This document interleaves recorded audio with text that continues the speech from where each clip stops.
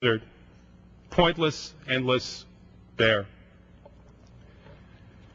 With regard to the issue of health care, we are now waiting for the Senate to act, this House having acted quite a while ago now. And I have to wonder why. Why are we waiting so long? What facts are different today, on this day in December, than were any different in November, were any different in October, any different in September, August, July? What can we do today that we could not have done then? I think the sad fact is nothing. Nothing has really changed. The fundamental facts are the same. Americans are still denied care every single day on the basis of pre-existing conditions, on the basis of reaching lifetime caps. There are still millions upon millions of Americans who have no health care coverage. There's a million who every year go bankrupt because of that. And there are thousands upon thousands who die every single month for the simple reason that they have no health care coverage. That's been true not only for this month, not only for last month, but for year upon year.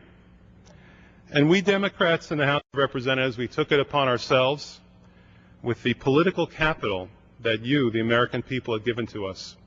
We took it upon ourselves to make that our priority once we had done what we could to steady the shaken economy. We delivered. We did what we needed to do. And we have waited and waited and waited for the Senate to do what it needs to do. Now, I pointed out here on this pedestal several weeks ago that the cost of delay is death. People die every single day, 121 of them, 122, every single day because they have no health care coverage in America. And I pointed out that there are people here in this chamber who are dead set against health care reform, even at the cost of the lives of their own constituents. I gave their names. I gave their numbers for how many people would die in each of their districts on account of our not passing health care reform. Now I think it's time to do the same for the obstructionists in the Senate, those people who think that health care reform doesn't serve their own purposes and they're therefore willing to deny it to their own constituents. This is not a case of one state opting out. This is a case of senators en masse deciding, one by one, that there will be no health care reform, not just for their states, but for all America. And so what I've done is I've created another list. This is a list of states and a list of those who die in that state, one by one, on account of there being no health care coverage, not once, but year after year after year. And now I propose to provide that list to you all. You'll be able to see it at our website later on today. In the state of Alabama, the number is 541 deaths each year. In the state of Alaska, 124 deaths each year. In the state of Arizona, 1,185 deaths each year. In the state of Connecticut, 326 deaths each year. In my state of Florida, an astounding 3,542 deaths each year. In Georgia, 1,640 deaths each year. In Idaho, 217 deaths each year. In Indiana, 727 deaths each year. In Iowa, 272. In Kansas, 329. In Kentucky, 609. In Louisiana, 800. In the state of Maine, 123 deaths each year. In Mississippi, 518 deaths. In Missouri, 714 deaths. In Nebraska, 216 deaths. In Nevada, 450 deaths. In New Hampshire, 132 deaths. In North Carolina, 1,424 deaths. In Ohio, 1,279 deaths. In Oklahoma, 550 deaths. In South Carolina, 693 deaths. In South Dakota, 88 deaths. In Tennessee, 883 deaths.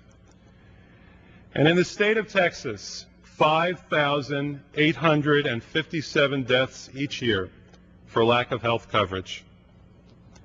In Utah, 342 deaths. In Wyoming, 69 deaths. And on it goes. And for those senators who have shown some reluctance or some lack of interest in health care reform, I'm going to provide your names right now to go with your states. In Alabama, I'm talking about Jeff Sessions. I'm talking about Richard Shelby. In Alaska, Lisa Murkowski. In Arizona, John Kyle and John McCain. In Connecticut, Joseph Lieberman. In Florida, George Lemieux. In Georgia, Saxby Chambliss and Johnny Isaacson. In Idaho, Mike Crapo and James Risch. In Indiana, Dick Lugar. In Iowa, Chuck Grassley. In Kansas, Sam Brownback and Pat Roberts. In Kentucky, Jim Bunning and Mitch McConnell. In Louisiana, David Vitter. In Maine, Susan Collins and Olympia Snowe. In Mississippi, Thad Cochran and Roger Wicker. In Missouri, Christopher Bond. In Nebraska, Mike Johans and Ben Nelson. In Nevada, John Ensign. In New Hampshire, Judd Gregg. In North Carolina, Richard Burr. In Ohio, George Voinovich. In Oklahoma, Tom Coburn and James Inhofe. In South Carolina, Jim DeMint and Lindsey Graham. In South Dakota, John Thune. In Tennessee, Lamar Alexander and Bob Corker. In Texas, John Cornyn and Kay Bailey Hutchinson. In Utah, Robert Bennett and Orrin Hatch. And in Wyoming, John Barrasso and Michael Enzi. Please remember these names. These are the people who have stalled health care at this country. These are the people who have watched when day after day, month after month, people go broke, people remain sick, and people even die because they have no health. And I want to assure each one of you who has done anything to obstruct health care reform in this country that people will remember. Maybe not the people who die, but the people who loved them, the people whose names I read day after day at our website, namesofthedead.com. And the people whose stories I told day after day. These are people who are gone, but the names, the list grows every single day until we solve this problem. And then, in the end, when we do solve this problem, and it's inevitable, every other industrial country in the entire world has health insurance for everyone. When we do join the ranks of those countries, people are going to remember who made that happen and show kindness and love to them. People are going to remember who blocked it, and they'll show undying hatred. People are going to remember.